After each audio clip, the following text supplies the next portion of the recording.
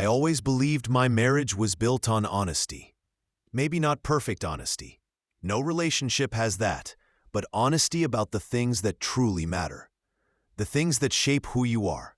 The things you take into a marriage. For 7 years, I lived with a woman I believed I knew. A woman who seemed gentle, calm, and safe. A woman who said she loved transparency and hated secrets. But last month, I found out the truth about her past, and suddenly, the last 7 years of my life feel like someone else's story. My wife's name is Elena. We met at an art workshop. She was painting a quiet winter landscape, and I remember thinking she looked like someone who carried a softness the world rarely leaves intact. She was polite, understated, emotional in a quiet way. She never raised her voice. She never lashed out. She apologized even when she didn't need to. In many ways, she was the opposite of every chaotic relationship I had before. Being with her felt peaceful, predictable, safe. When I asked about her past, she always kept it vague. My childhood wasn't the best. I moved around a lot. My family is complicated. Nothing alarming. Everyone has hard memories, and some people simply don't like digging into old trauma. I respected that. I didn't push. We married 2 years after meeting. I never had a reason to question her, not until a tiny, accidental detail cracked everything open. It started with the joint insurance forms we were filling out. Boring paperwork, nothing emotional. One of the pages asked us to list previous marriages. I wrote 0. Elena hesitated, just for half a second. Then she wrote 0 too. I remember that moment vividly, because Elena never hesitates on questions like that. She's always certain, always prepared. But she brushed it off. And I, stupidly, brushed it off with her. 2 weeks later, a letter arrived for her. Her maiden name was printed on the envelope, but the middle initial was wrong. Instead of Elena M. Russo, it said Elena A. Russo. I asked casually, "Hey, did they get your middle initial wrong?" She froze for a moment, then said, a little too quickly, "It used to be, before I changed it legally." Something about the way she said it felt like she had rehearsed it. But again, I didn't want to make a fight out of nothing. She'd always been so honest, or at least she seemed to be, that I accepted the explanation. Until one night, while we were watching TV, she leaned toward me and asked, "If you found out something big about my past, would you still love me?" Her eyes were frightened, like a child asking if their parent still loves them after a mistake. I told her the truth, that yes, I'd still love her. Everyone has a past. Everyone has wounds. But she didn't seem relieved. She seemed terrified. And that fear stayed with me. 3 nights later, everything unraveled. Elena was showering when her phone vibrated on the counter. Normally, I would never touch her phone, but the screen lit up with a notification. Update on case number 1487. Court documents available. Court documents? Case number? When she came out of the bathroom and saw me looking at the screen, she went completely pale. "I can explain," she whispered. But she didn't explain.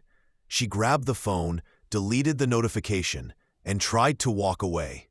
I blocked the doorway. "No, you tell me everything, right now," she broke. Not in a dramatic way, in a collapsing way. Her knees shook, her voice cracked, tears started falling before she could even speak. "I should have told you," she said.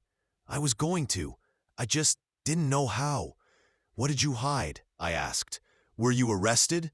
"No." "Were you married before?" Silence. Then the softest, smallest nod.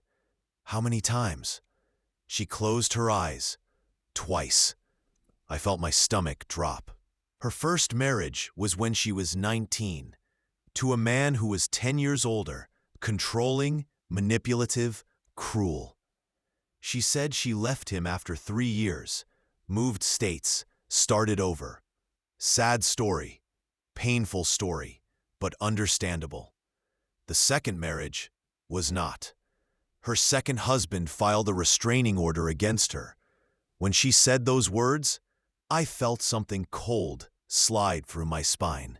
My wife, the gentle, soft-spoken, emotional woman who apologizes for interrupting people, had a restraining order filed against her. What happened? I demanded. Her voice shook. We were trying to have a baby. I had 2 miscarriages. I wasn't okay. I became paranoid. I thought he was cheating. I checked his phone. I followed him once. I yelled. A lot. She insisted she never hit him, never threatened him, never physically harmed him, but he filed the restraining order because he said she lost control too easily and he didn't feel safe. She said she was broken back then, that she didn't recognize herself, that she wasn't the person she is now. And part of me believes that. Trauma does things to people. But as she kept talking, I realized something devastating. She didn't lie to me by accident. She built an entirely new identity before meeting me. New middle name, new address, new narrative, new version of herself. And I married the rewritten version. I asked her to show me the court records. She didn't want to. She said it would change everything. But it already had. When I finally saw the documents, I realized her version wasn't the full truth. There were police wellness checks. There were reports describing escalated emotional episodes. There were text messages she sent to her ex, not threatening violence, but threatening emotional collapse. Messages like, "If you leave me, I won't survive. I need you, don't abandon me. I'll show up if you keep ignoring me." It wasn't violence, but it was unstable. Not psychotic unstable, just deeply wounded, deeply panicked, deeply insecure. The kind of instability that comes from unhealed trauma. But she didn't tell me any of this. She didn't give me the chance to understand, to decide, to prepare. She lied for years. Every single day of our marriage, she lied by omission. And then she said something that broke me. I didn't tell you because I was afraid you would treat me the way they did. Those words hurt more than the lies. Because she didn't trust me enough to be honest. She assumed I'd abandon her. She assumed I'd become her past. She married me still believing the world would hurt her. So she hid the most important parts of herself. We're still living together, but nothing feels the same. I'm not afraid of her, not at all, but I am afraid of the unknown. What else has she buried? What else did she rewrite? What versions of herself did she leave behind?